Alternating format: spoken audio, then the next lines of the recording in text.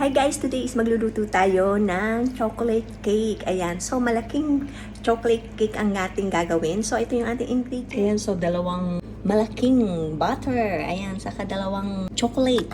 Ayan, dalawang bar. Ayan. So lagyan na rin natin ng sugar. Ayan, so i-melt natin sila. Okay.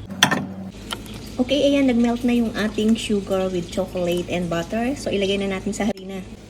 Ayan, unti-unti nating ibuhos yung ating melted butter with sugar and chocolate sa ating harina. Okay, ayan, simutin natin lahat para walang masayang. And then, atin na itong hahaluin. Ayan, haluin lang natin. Lagyan natin ng 3 eggs.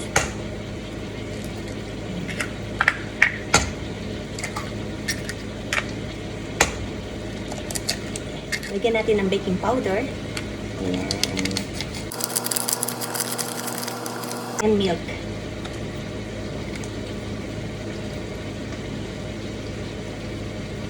Okay, haluin lang natin.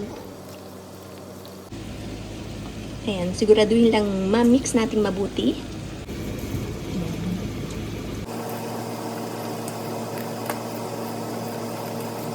Okay, ayan, i-grease na natin yung ating pan. Spread lang natin mabuti yung oil para hindi manikit yung ating cake. Okay, ayan, ilagay na natin yung ating chocolate mixture sa ating baking pan.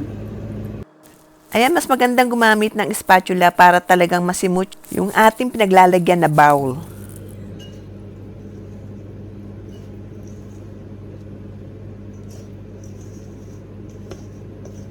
Okay, ayan na, ready nang ilagay sa oven. A few moments So, ayan, later. ito na yung ating chocolate cake. Lagyan natin ng powdered sugar. Ayan, so ready na.